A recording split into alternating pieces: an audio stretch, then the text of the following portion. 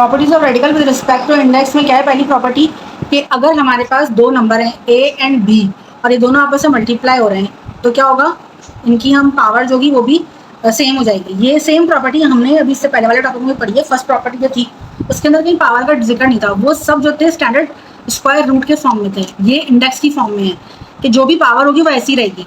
जैसे अगर फर्ज करें हमारे पास है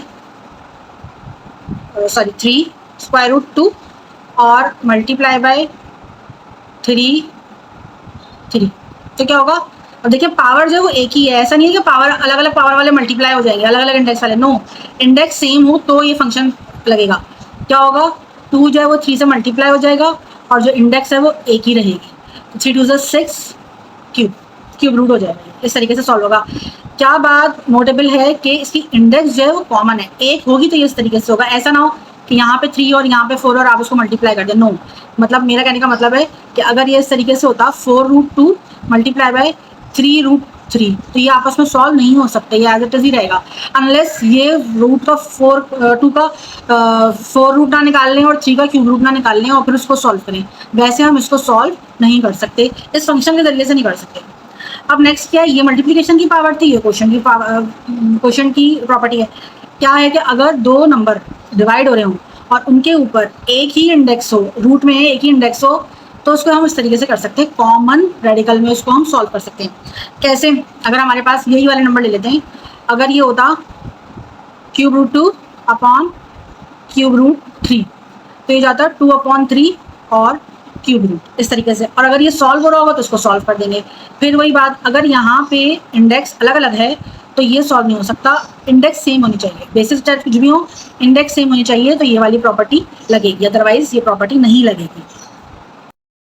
थर्ड में क्या हो रहा है, देखिए कि अगर हमारे पास इंडेक्स है n और अंदर भी एक्सपोनेंट है, ये इंडेक्स निकल आएगी, ये एक्सपोनेंट है, a के ऊपर पावर है n और रूट है n, तो इसको हम कैसे सॉल्व करेंगे, इसको हम सॉल्व करेंगे a की पावर m अपॉन n।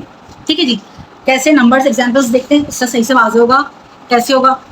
जैसे अगर हमारे पास कोई नंबर है 5 की पावर है 3 और यहाँ पे सिंपल रूट है, स्क्वायर रूट है, तो कैसे सॉल्व होगा, 5 की पावर 3 तो एज इट इज रहेगी अपॉन 2, इस तरीके से सॉल्व होगा। ये कैसे, 5 की पावर 3 थी और स्क्वायर रूट हटाएंगे तो 1 अपॉन 2 हो जाएगा, 3 को 1 से मल्टीप्लाई करेंगे, 5 की पावर 3 1 3 अपॉन 2, इस तरीके से आएगा ये वाला आंसर।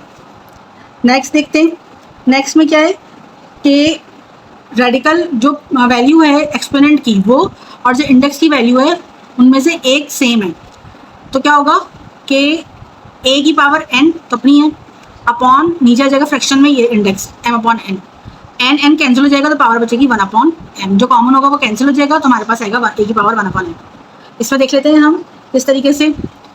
जैसे अगर हमारे पास हो 5 की पावर a और रूट में इंडेक्स हमारे पास है 2a, तो क्या होगा, 5 की power a upon 2a, a cancel, 5 की पावर 1 अपॉन 2, हम इसको ऐसे भी लिख सकते हैं एक्सपोनेंट फॉर्म में, और रेडिकल फॉर्म में लिखेंगे तो रूट 5।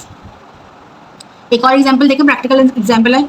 अगर हमारे पास है 5 की पावर है 2 राइट, और यहाँ पे हमारे पास है 6, तो क्या होगा, 5 की पावर 2 अपॉन 6 के अंदर 2 मौजूद है ना, 6 जो है वो 2 का डिवाइडेंड है, तो क्या होगा, 2 1 2 2 3 6, 5 की पावर 1 अपॉन 3 मीन्स 5 की पावर 3। ये भी लिख सकते हैं और ये भी लिख सकते हैं, both are correct. This is the exponent form, this is the radical form.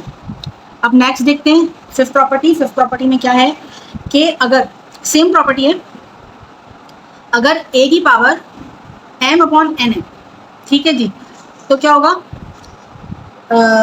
M N जो है वो रेडिकल है, तो क्या होगा जनाब, इसको हम m पे भी रूट है और n पे, जो मल्टीप्लाई होते हैं वो अलग अलग भी लिखे जा सकते हैं।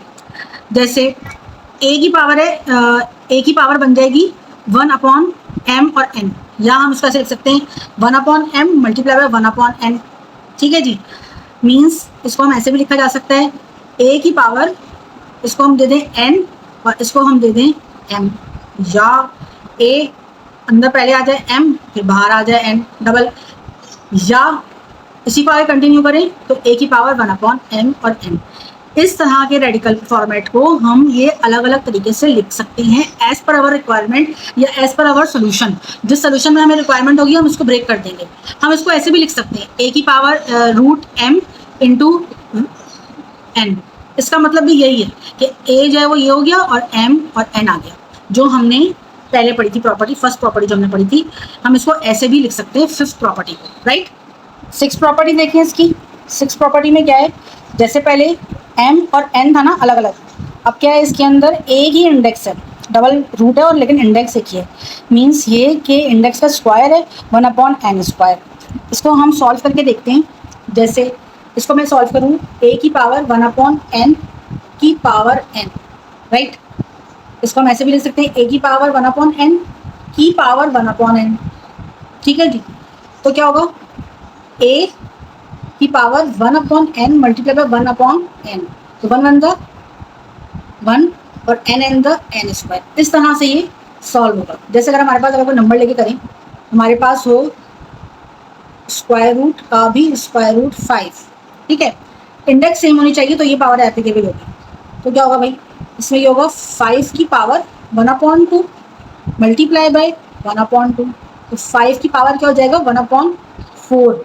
और हम इसको और किस तरीके से लिख सकते हैं, 5 की पावर 5√4।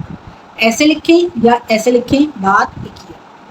अब देखते हैं ए की पावर n और फिर पावर n। तो क्या होगा भाई, ए की पावर n है और इसकी पावर इंडेक्स में n, इंडेक्स को जब एक्सपोनेंट में लेकर आते हैं तो 1/n हो जाता है, n से कट जाएगा तो हमारे पास क्या बचेगा, तब जब इसकी एक्सपोनेंट और इंडेक्स की वैल्यू सेम हो तो हमारे पास सिर्फ बेस की वैल्यू आंसर आती है। जैसे अगर हमारे पास हो 5 का स्क्वायर और स्क्वायर रूट, तो क्या होगा, जो हमने पहले पढ़ा कि 2 को इस रूट से काट देंगे या 5 जो है वो पेयर बन के बाहर निकल जाएगा। ये वाली प्रॉपर्टी उस प्रॉपर्टी से पहले होनी चाहिए थी ताकि वो वाली प्रॉपर्टी आप लोगों को सही से समझ में आती। अब क्या होगा कि इस सूरत में क्या होगा, 5 की पावर 2 मल्टीप्लाई बाय 1/2, 2 कैंसिल, तो खाली आंसर आएगा, जो बेस होगा वो आंसर आएगा। अगर यहाँ पे इंडेक्स और एक्सपोनेंट सेम हो तो जैसे अगर एक और एग्जांपल देख लेते हैं, अगर हमारे पास ये होता 5 की पावर 3 और क्यूब रूट, इस सूरत में भी यही होता 5 की power 3 multiply by 1/3, 3 cancel, only 5 will be our answer. जो बेस होगा वो आंसर आएगा अगर एक्सपोनेंट और इंडेक्स सेम होंगी तो। 8 प्रॉपर्टी है इसकी इंडेक्स की with respect to index property of radical. क्या है, अगर डिनोमिनेटर न्यूमरेटर में सेम वैल्यू है, कोई भी पावर है और रेडिकल भी सेम है, पावर और रेडिकल सेम है, तो आंसर आएगा 1, सब कट जाएगा ना। अगर ये ना भी हो, अगर a/a हो तो भी आंसर 1 ही आएगा। कैसे, अगर हमारे पास हो a की पावर 5 और 5 और a की पावर 5√5, सही है।